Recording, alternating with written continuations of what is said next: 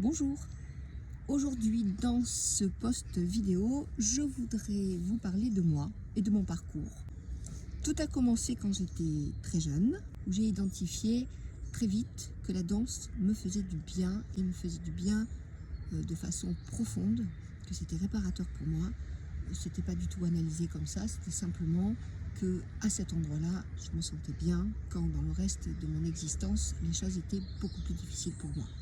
Et c'est cet état de bien-être que j'ai cherché inlassablement, puisqu'il était comme un pilier d'équilibre, un endroit de ressources pour moi. Et très rapidement, j'ai souhaité ne faire que ça. J'ai voulu devenir danseuse. Et j'ai souhaité aussi, très rapidement, devenir pédagogue. J'avais autant d'admiration, je crois, quand je regardais mes professeurs, ceux qui transmettaient, que nous, les danseurs, et ce que nous en faisions. Voulant devenir danseuse, bien, je me suis formée, comme c'était dans l'ordre des choses à l'époque, à la danse classique. C'était la base, il n'y a presque que ça. Et j'éprouvais des difficultés. Alors les difficultés, c'était dès que ça devenait trop difficile pour mon corps, quand il fallait mettre la jambe sur la barre, ou essayer de se faire passer les jambes aux côtés des oreilles, ou des relevés sur pointe avec une jambe en l'air en même temps, je m'éclatais pas, ça m'amusait pas du tout. Quand il fallait retenir des chorégraphies où c'était juste une suite de gestes qu'il fallait imprimer dans son cerveau pour les refaire, pour être jolie, alors qu'en plus moi j'arrivais pas vraiment à être jolie parce que mon corps ne suivait pas ce genre de propositions, c'était très frustrant, c'était désagréable et je boudais en fait, mon corps boudait. Pour autant, comme je voulais être danseuse, il fallait continuer, donc je m'efforçais, puis peut-être que, oui, je pense que j'étais douée pour la danse, on va dire comme ça, c'est un de mes talents. Et donc j'ai été invitée par mon professeur à participer à tous les cours pour y arriver. Si bien que mes études s'en sont ressenties et que mon père a décidé de me priver de danse classique. Bam. Alors de cette privation, de cette punition, restriction, est né quelque chose de très intéressant. Comme une âme en peine, le mercredi après-midi, au lieu d'être dans mon cours de danse classique, je me baladais dans les rues d'Orange en vélo. J'habitais Orange dans le Vaucluse à l'époque et j'ai entendu des tambours. Et j'ai entendu des flûtes. Et j'ai entendu une musique qui m'a transportée. Et donc j'ai été curieuse, j'avais 11 ans, et j'ai pris mon vélo et j'ai suivi le son et je suis arrivée dans une cour d'école et j'ai identifié que ça venait de derrière une porte que j'ai poussée et là je suis arrivée dans un spectacle incroyable avec des musiciens, des grands tambours, des flûtes et des danseurs et danseuses, garçons, filles, de tout âge. Il y en avait des plus âgés, il y en avait de très jeunes, qui dansaient ensemble. C'était un tourbillon de farandoles, de pas, de lignes qui se croisaient, de bras qui se levaient, qui descendaient. Et tout le monde avait l'air super heureux et j'ai été conquise évidemment, c'est ce que je cherchais. J'ai demandé comment il fallait faire pour s'inscrire, on m'a expliqué le chemin, j'ai négocié avec mon père et je me suis inscrite. Et là j'ai passé 7 ans fabuleux. Et je dirais même que c'est vraiment toute la base de ma formation. C'est un système de danse traditionnelle avec toutes les composantes des danses traditionnelles. Et c'est une danse dans laquelle j'ai été très heureuse. Arrive le moment où je veux quand même poursuivre ma formation de danseuse. Je veux devenir danseuse, j'ai 18 ans. Alors je deviens d'abord coiffeuse pour pouvoir me payer mes études de danse. Juste que j'avais pas compris avec ma maturité de 18 ans que travailler pour gagner sa vie et faire une école de danse en même temps, ça n'est pas possible. Tous les soirs, pendant mes 4 années de vie de coiffeuse, j'ai participé chaque soir à un cours différent. Alors aérobic, stretching, pilates, danse classique, danse de caractère, danse jazz, danse contemporaine. Et je dois avouer qu'à cette époque-là, le seul truc qui me plaisait vraiment, qui me faisait du bien, c'était les sports de santé. Donc j'ai observé, j'ai appris, j'ai pris des tips, surtout en ce qui concernait le fait de préparer son corps, de garder son corps en bonne santé, d'être en forme pour que quand on a envie de danser, ça réagisse correctement, que ça soit là, que ça soit prêt. Les mouvements de la vie ont fait que je suis devenue maman, mais je n'avais pas pour autant renoncé à mon rêve de devenir danseuse. Et on m'a parlé d'une professeure qui s'appelle Madame Bastien, qui était à Carcassonne. J'ai toqué à sa porte. Elle préparait des élèves au professorat de danse. Et là, je suis tombée sur la personne qu'il me fallait pour transmettre une pédagogie du classique, du jazz et du contemporain qui soit bienveillante, anatomique et qui proposait vraiment des passerelles pour que les gens y arrivent. Il y avait quelque chose en moi qui bougeait déjà un peu comme l'Afrique, mais ça je ne le savais pas. Et j'ai su tout ça, j'ai compris ça quand j'ai rencontré la danse africaine avec Anissé Kutuka, puis avec Songalo Coulibaly et Mariam Doumbia, son épouse, et où j'ai eu l'impression d'arriver dans ma maison, d'arriver dans ma famille de danse, d'arriver à l'endroit où ben là, oui, c'est moi, enfin, c'est mon océan. C'est tu prends un dauphin que tu mets dans un bocal, puis tu le remets dans sa mer natale. Voilà, c'est ça la rencontre avec la danse africaine. Et je suis partie en Afrique pendant 2 ans.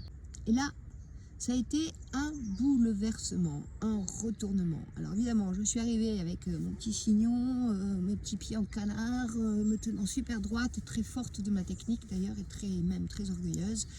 Et tout a été raboté, démonté, pilé, mouliné, mixé, mâchouillé, transformé, désagrégé, dépouillé, pour que je devienne la danseuse que je suis devenue à mon retour d'Afrique 2 ans après. Et c'est un process, c'est en plus qui ne s'est pas arrêté au bout des 2 années.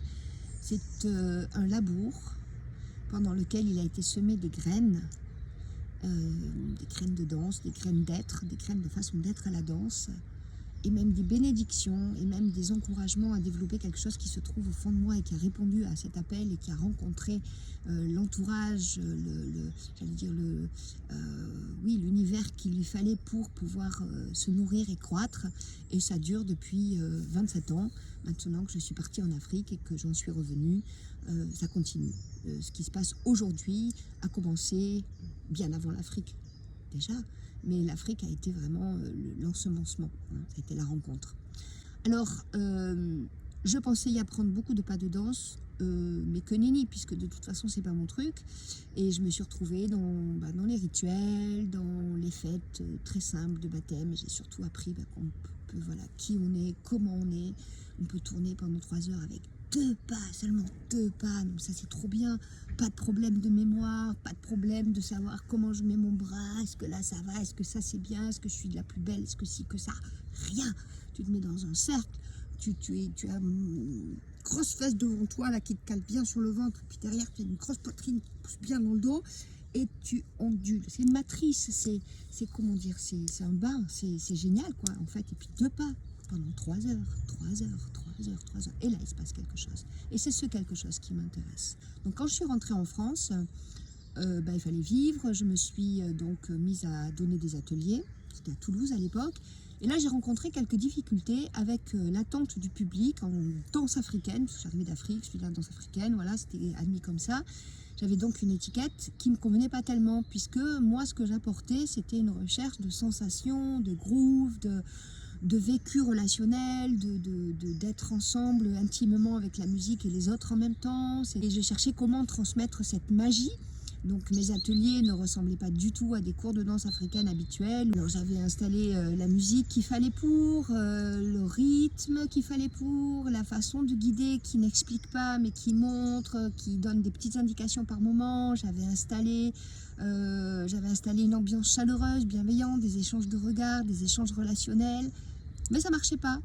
Bon, tout le monde était content, mais moi j'étais frustrée, ça ne m'allait pas. Donc je me suis dit que c'était peut-être le fait que dans le corps, les mouvements ne se faisaient pas complètement, parce que nous sommes occidentaux, et notre colonne vertébrale, notre façon d'être, de bouger, de poser nos pieds dans le sol, de tenir nos bassins, de vivre notre ventre, on manque de développement de ce côté-là dans notre vie occidentale.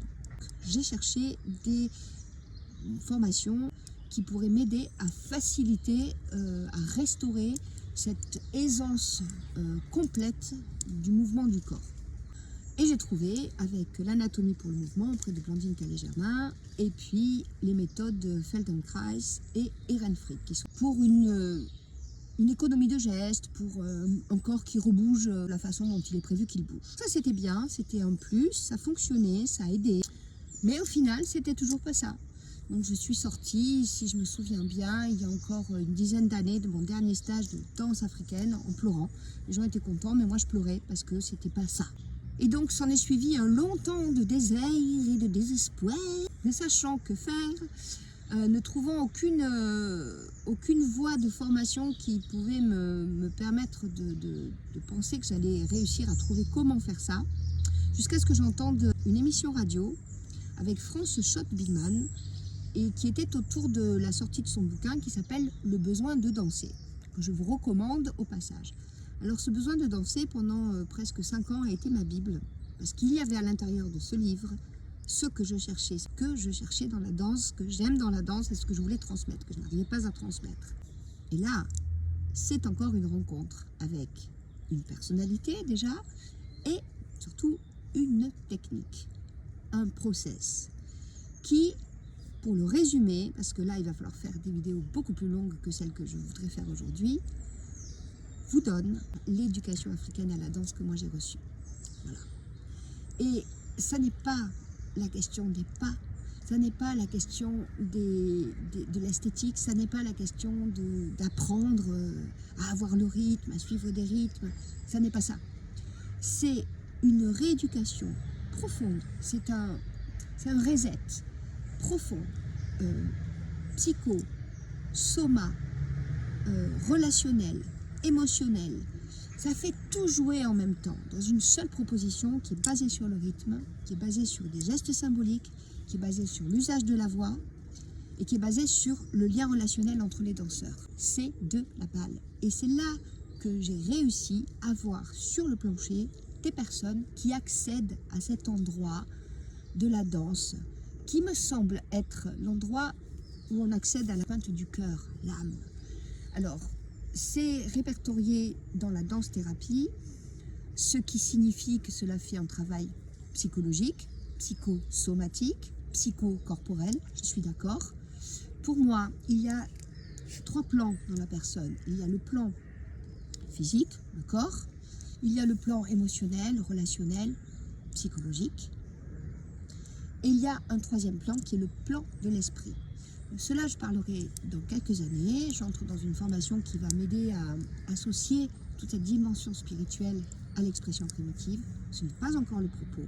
Pour l'instant, avec l'expression primitive, je propose de vivre ce que moi j'ai vécu quand je suis partie en Afrique, dépouillement de l'ancienne danseuse pour la naissance d'une nouvelle danseuse, une danse qui danse la vie, qui m'a accompagnée sur mes process de réparation, de résilience, d'accès à la relation à l'autre, d'accès à la relation à moi.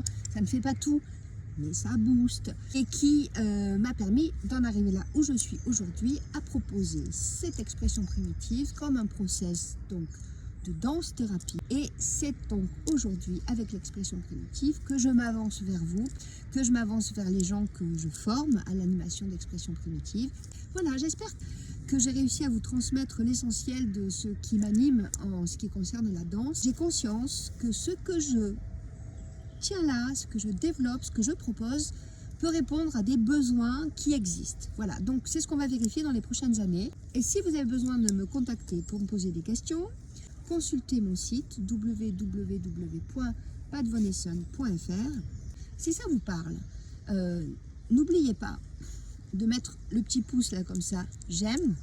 N'oubliez pas, je vous prie aussi de partager sur vos réseaux. Et puis ça ne vous parle pas, bien évidemment, ne partagez pas, mais même dites-moi pourquoi ça ne vous plaît pas, ça m'intéresse aussi.